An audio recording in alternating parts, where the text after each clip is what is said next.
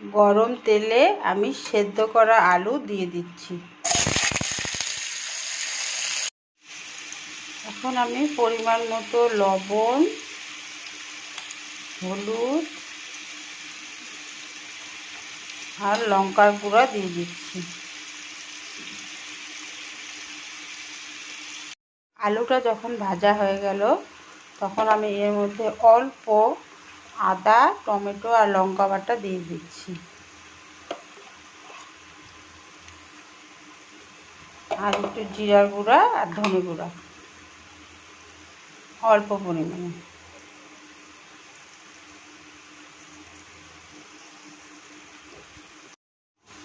আলু আর মশলাটা যখন ভাজা হয়ে গেল তখন আমি এর মধ্যে ধনেপাতা বাটা দিয়ে দিচ্ছি, ধনেপাতা, লঙ্কা আর রসুন।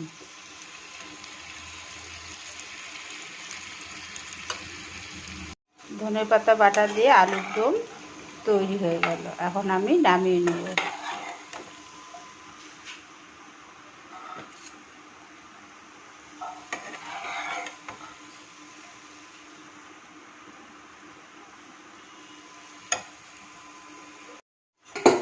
আলুর দমের তরকারি তৈরি হয়ে গেল।